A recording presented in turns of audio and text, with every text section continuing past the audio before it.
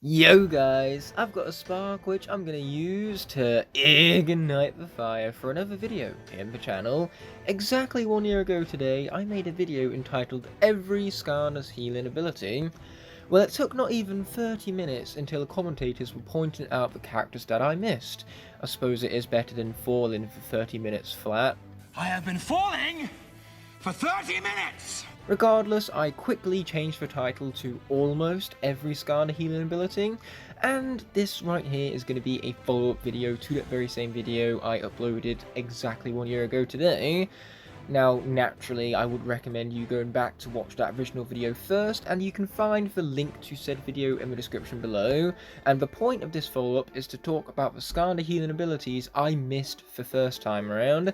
There are 9 characters to talk about here: Grim Creeper, Deja Vu, Nightmare, High Volt, Astroblast, Double Dare Trigger Happy, Ember, Airstrike, and Painata. So let's roll that outro without further ado.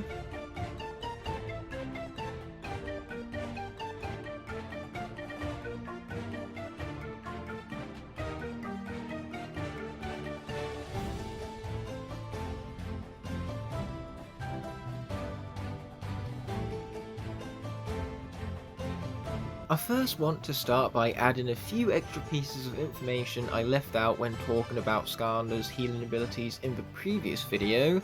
Firstly, there is the new Soul Gem abilities granted to those whose Soul Gem attacks used to revolve around swimming in Spyro's Adventuring Giants.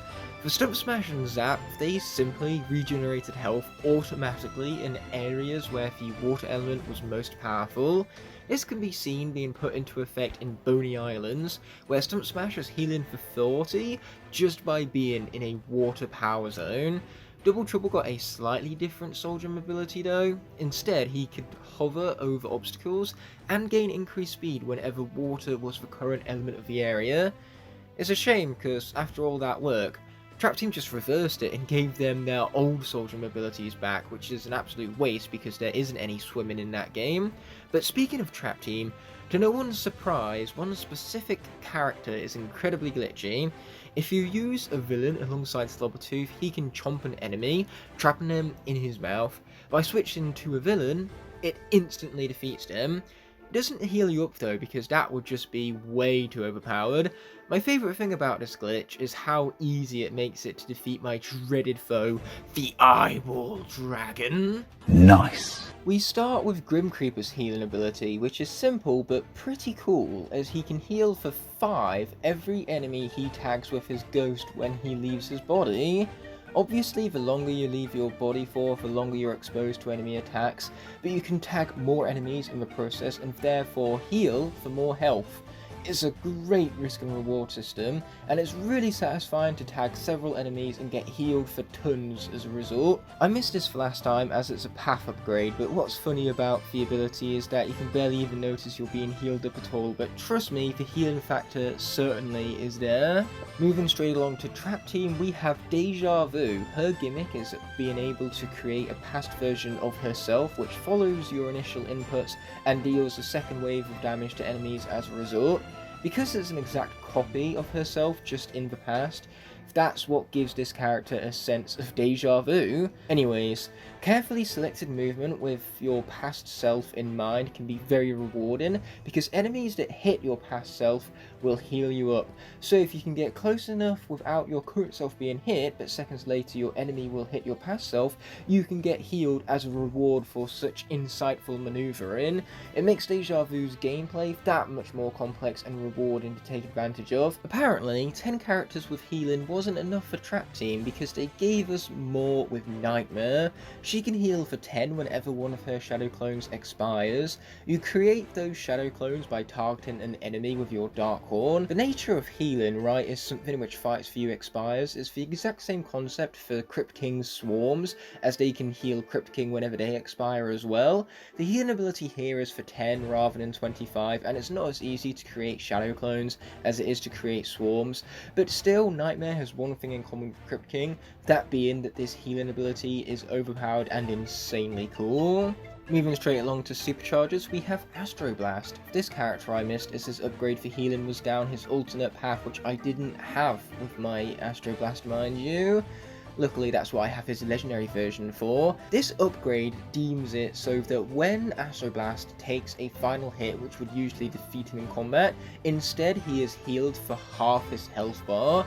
Obviously, this is more rewarding the higher your level is, because half your maximum health will increase for each level you increase, and so the healing will be greater for a level 20 Astro Blast, where half his health would be greater than a level 1 Astro Blast. Hence why the level 20 Astro Blast would heal for more. Next up is High Volt. Somehow I missed his Soul Gem ability, despite his artwork making it abundantly clear that the ability has something to do with healing. He can recover some health when blocking enemy attacks at low health, so it's another ability about a desperate final plea to survive when all other hope seems lost. It certainly does add to the intensity of being at low health, because now you have to risk being attacked in order to garner your health back. Characters like Boomjet and Zulu just receive the food at low health with relative ease, but High Volt has to work for it, and I really like that. Then again, I just like High Volt period. High Volt's tech supercharger counterpart, Double Dare Trigger Happy, also has something to do with healing. Like with Night Shift and Crash Bandicoot, he has extra lives. So now when his health is brought to 0, he's given a small chunk of health back and allowed to be revived until his additional lives are used up. Not that you'd lose lives in the first place playing as this character, since he's incredibly broken in game and basically annihilates anything in his way before it even has a chance to get close to attacking him. Moving straight onto Imaginators, I did mention in the previous video about Ember, but it would turn out there is a lot more to talk about with her than what I initially let on. Yes, she can create a damaging aura at low health, but down her bottom pathway she can also heal up by being close to her explosive fire eruption attack when it's initiated. This really rewards getting up close and personal with your enemies, as it's the best tactic to take up with Ember given her melee prowess, and the combinations you can set up for when fighting enemies up close and personal are just phenomenal. It makes a character not only insanely fun, but insanely powerful on top of it all. You want to use a variety of attacks to mix things up and catch enemies in a frenzy of chaotic attacks, which makes her fun and extremely good in game. The healing really is just simply a cherry on top of the cake. Airstrike is a character which no one brought to my attention in the comment section of the original video.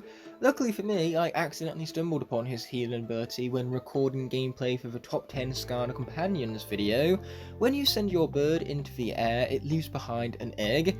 Breaking this egg leads to a random reward.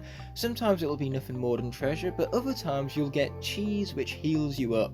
It's like Boomjet's airstrike that sends you food when you desperately need it, but here the healing isn't a guarantee, and it's not dependent on you being at low health in the first place.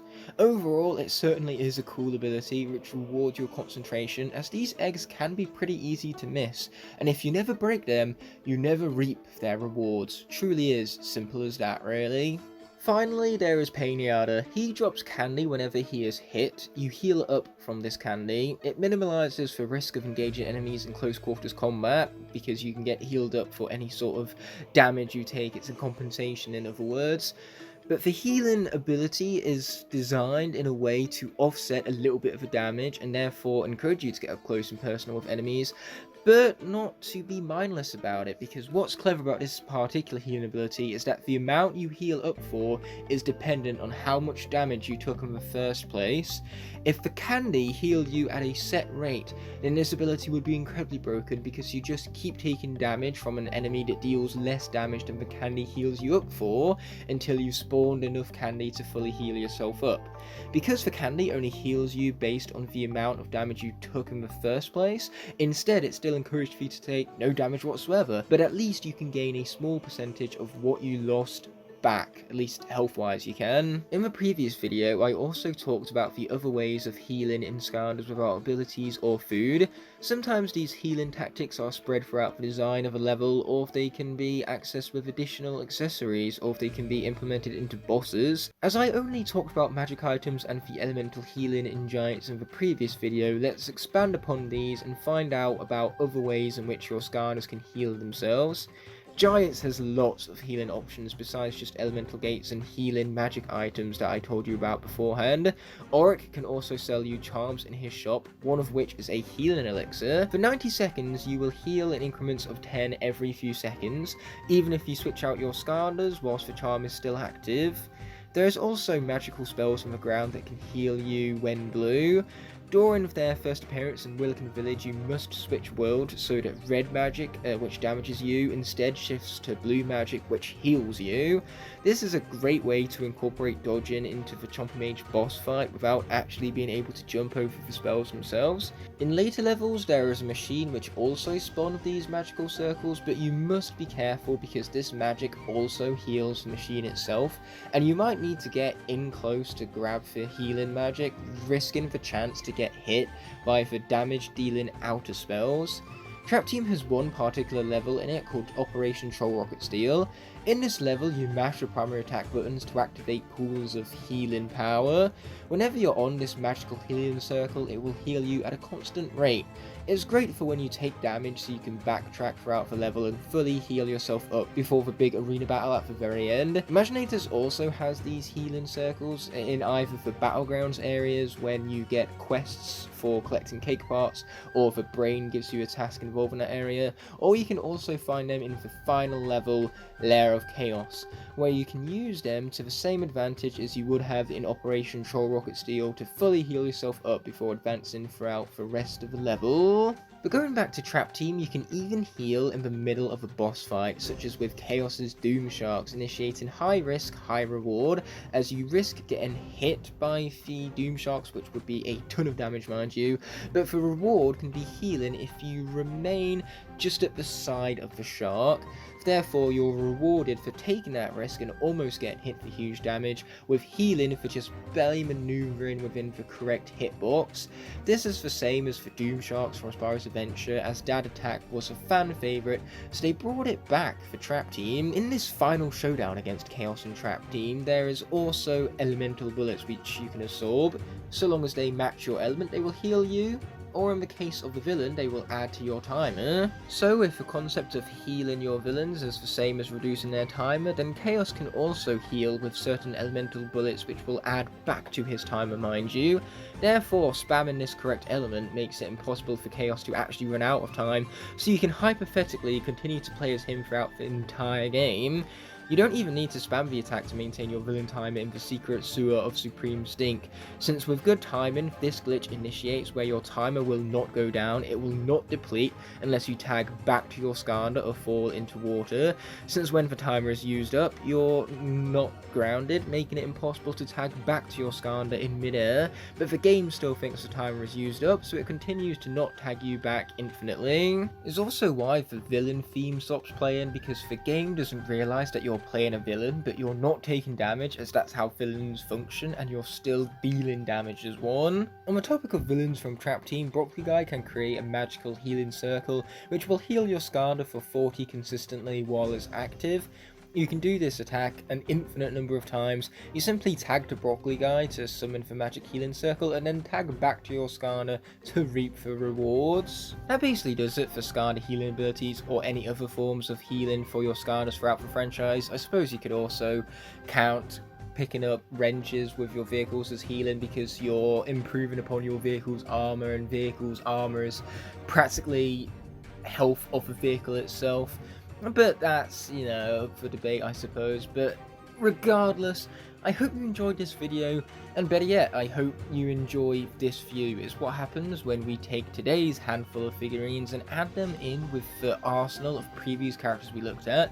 They all look magnificent in uniform, don't they? And this makes 38 out of our 167 total unique Skylanders capable of healing, making that final percentage 22% of Skylanders that possess some sort of healing ability, and yet the developers were still creative enough to give each one of these healing abilities their own unique strengths and drawbacks. It's what makes the development of Skylanders truly inspirational, as you see the work it took to make each and every one of these characters unique and fleshed out. Plus, today we also learned just how buggy Trap Team can be, which is always a win. And now all that's left is to hope and pray that I didn't actually forget any of the other healing abilities this time. With that being said and done, this video is coming to an end, and I want to thank you all so much for watching. By merely clicking on this video, you've shown support and helped it garner recognition so it can reach many of the viewers here on YouTube. I'd love to see you take the extra step and leave a like on the video if you enjoyed. Also, be sure to comment below and push that subscribe button whilst you're down there. By clicking elsewhere on screen, you can either check out a video that's specifically picked out for you, or you can check out the rest of the playlist for the series you just watched. Before ending off, I'd like to thank all of my Blazing Knights and Scorching Dragons whose support helped make these videos possible. I'll be seeing you in the next video, and until the moment arises, peace!